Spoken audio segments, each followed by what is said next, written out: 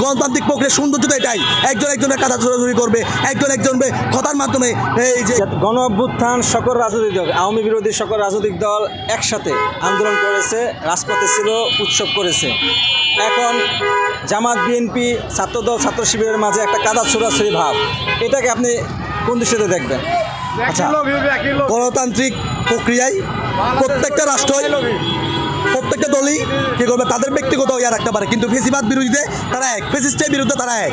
তারা সবাই আমার আল্লাহ মতবাদ থাকতে পারে, আরেকজন আল্লাহ মতবাদ থাকতে পারে, তার মানে আমরা সবাই আমাদের মেন জায়গায় এক, কিন্তু আমাদের মধ্যে বুদ্ধিভিত্তিক চিন্তা ভাবনা ভিন্ন হইতে পারে।